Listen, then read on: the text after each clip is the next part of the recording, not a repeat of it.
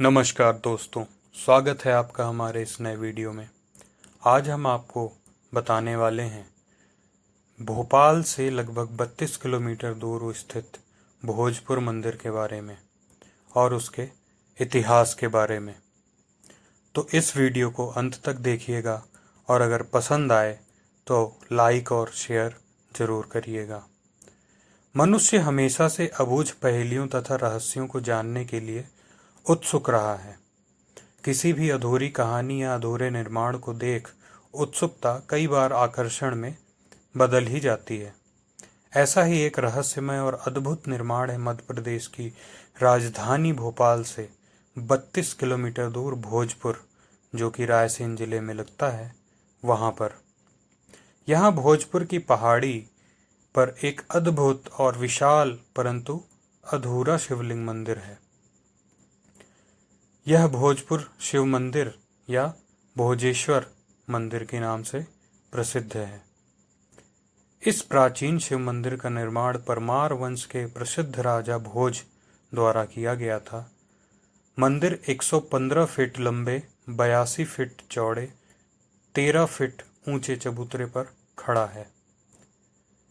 इस मंदिर की सबसे बड़ी विशेषता यहाँ की विशाल शिवलिंग अपने आप में अनूठे और विशाल आकार वाले इस शिवलिंग के कारण भोजेश्वर मंदिर को उत्तर भारत का सोमनाथ भी कहा जाता है। चिकने लाल बलुआ पाषाण के बने इस शिवलिंग को एक ही पत्थर से बनाया गया है और यह विश्व का सबसे बड़ा प्राचीन शिवलिंग माना जाता है। आधार सहित शिवलिंग की कुल ऊंचाई लगभग 40 फीट से अधिक है। शिवलिंग की लंबाई 7.5 फीट तथा व्यास 5.8 फीट है। यह शिवलिंग 21.5 फीट चौड़े वर्गाकार आधार पर स्थापित है। मंदिर से प्रवेश के लिए पश्चिम दिशा में सीढ़ियां हैं। गर्भगृह के दरवाजों के दोनों ओर नदी देवी, गंगा और यमुना की मूर्तियां लगी हुई हैं। इसके साथ ही गर्भगृह के विशाल स्तंभ पर भगवानों के जोड़े शिव पार्वती, ब्रह्मा सरस्वती, राम सीता एवं विष्णु लक्ष्मी की मूर्तियां स्थापित हैं।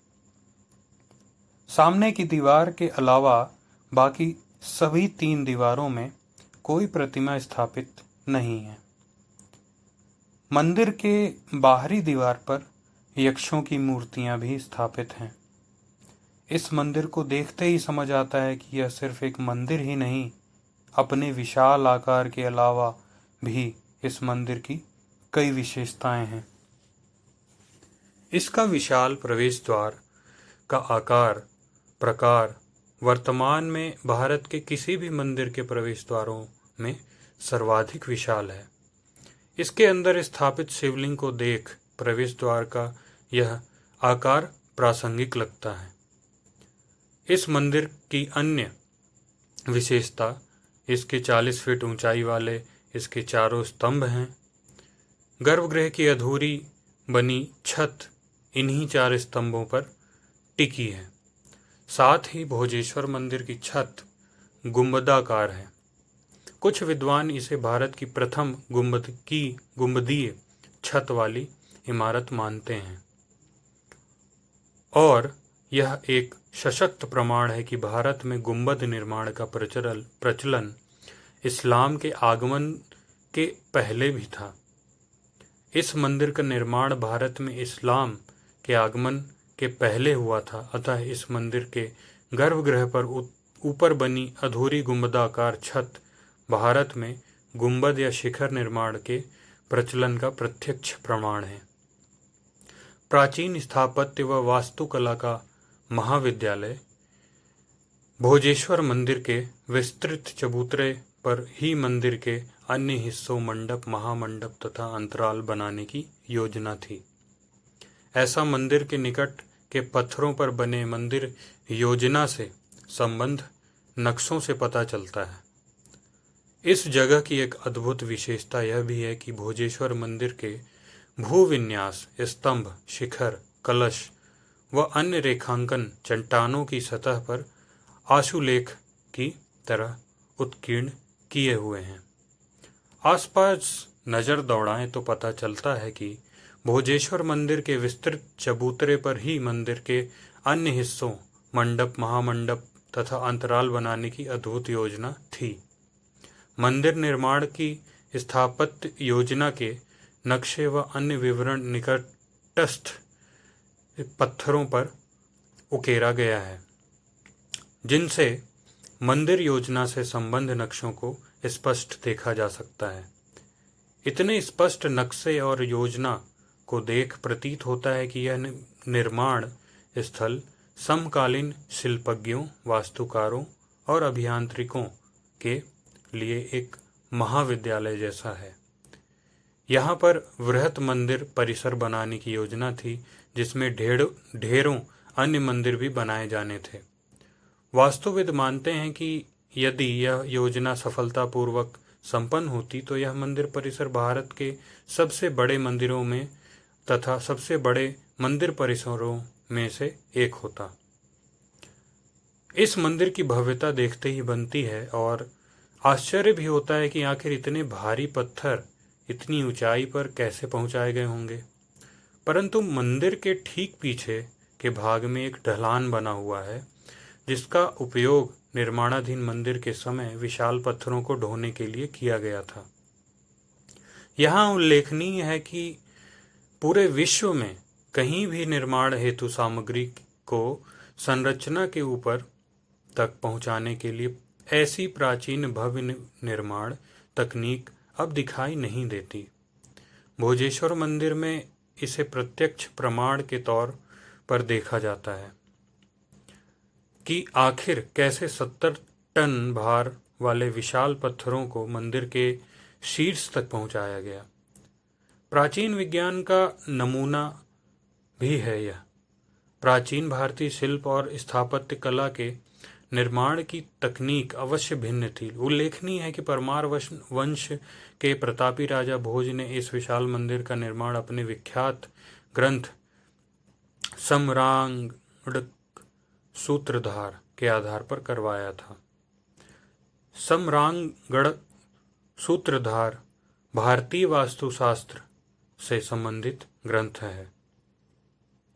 इस ग्रंथ में 83 अध्याय हैं, जिनमें नगर योजना, भवन शिल्प, मंदिर शिल्प, मूर्तिकला तथा मुद्राओं सहित यंत्र भी हैं। यंत्रों के बारे में अध्याय 31, जिसका नाम यंत्र विधान है, वर्णन है, जिसमें भारी वस्तुओं को ऊंचाई पर पहुंचाने के लिए आधुनिक हाइड्रोलिक्स सिद्धांत का भी विस्तार से वर्णन किया गया है। अधूरे मंदिर का अबूझा रहस्य क्या है? अब अधूरे मंदिर का अबूझा रहस्य, परंतु यह अद्भुत मंदिर अपने आप में एक अबूझा अनसुलझा रहस्य समेटे है। भोजेश्वर मंदिर का निर्माण अधूरा है, ऐसा प्रतीत होता है कि निर्माण कार्य एकदम से रोक दिया गया होगा।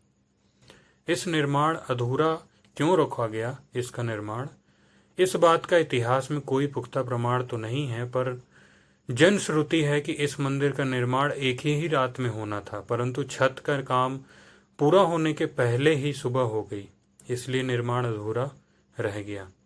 हालांकि इसके कारण अभी तक अज्ञात हैं और ज्ञात नहीं हैं, किंतु इतिहासवेत्ताओं का अनुमान है कि ऐसा किसी प्राकृतिक आपदा, संसाधनों की आपूर्ति में कमी अथवा किसी युद्ध के प्रारंभ हो जाने के कारण ही हुआ होगा। शायद राजा भोज के निधन होने से भी इस प्रकार के निर्माण का रुकना तर्कसंगत प्रतीत होता है।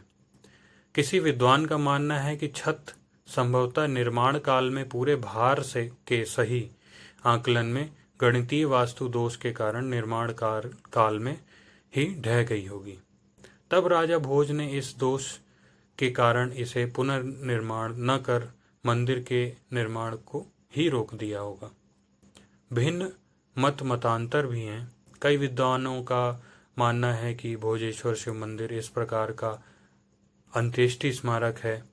इस प्रकार के मंदिरों को स्वर्गारोहण प्रासाद कहा जाता है। इस प्रकार के मंदिरों में एकल शिखर के स्थान पर परस्पर पीछे की ओर घटती हुई पत्थर की सिल्लियों का प्रयोग किया जाता है। उनके अनुमान के अनुसार राजा भोज ने इस मंदिर को संभवतः अपने स्वर्गवासी पिता सिंधुराज या ताऊ वाकपति मुंज हेतु बनवाया होगा। क्या कहती हैं किंवदंतियां? इस मंदिर के निर्माण के बारे में दो कथाएं प्रचलित हैं। पहली जनकथा के अनुसार वनवास के समय इस शिव मंदिर को पांडवों ने बनवाया था। भीम घुटनों के बल पर बैठकर इस शिवलिंग पर फूल चढ़ाते थे। इस मंदिर का निर्माण द्वापर युग में पांडवों द्वारा माता कुंती की पूजा के लिए इस शिवलिंग का निर्माण एक ही रात में किया गया था। जैसे ही सुबह हुई तो पांडव लुप्त हो गए और मंदिर अधूरा ही रह गया।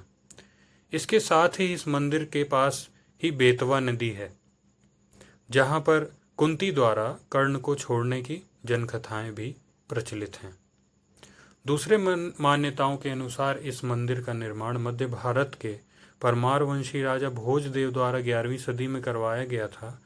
राजा भोजदेव एक अत्यंत प्रतापी और विद्वान राजा थे। उन्हें कला, स्थापत्य और विद्या के महान संरक्षक माना जाता है, जिन्होंने 11 से अधिक पुस्तकें भी लिखी थीं। वर्तमान में यह मंदिर ऐतिहासिक स्मारक के रूप में भारतीय पुरातात्विक सर्वेक्षण विभाग के संरक्षण में अधीन है और मंदिर के निकट ही इस मंदिर को समर्पित एक पुरातत्व संग्रहालय भी बना है। शिवरात्रि के अवसर पर राज्य सरकार द्वारा यहाँ प्रतिवर्ष भोजपुर उत्सव का आयोजन किया जाता है। अगर यह वीडियो आपको पसंद आया हो तो लाइक करें और शेयर भी करें। और अगर आप इस वीडियो को पहली बार देख रहे हैं और इस चैनल पे पहली बार आए हैं तो आपका स्वागत है और सब्सक्राइब करके बेल आइकन भी प्रेस कर दीजिएगा। ऐसे ही कुछ नए अबूझे और अच्छी कहानियों को मैं आपसे शेयर करता रहूँगा और इससे मुझे मोटिवेशन भी मिलता है। धन्यवाद। आप अपना ख्याल रखें और अपने परिवार का भी। धन्यवाद।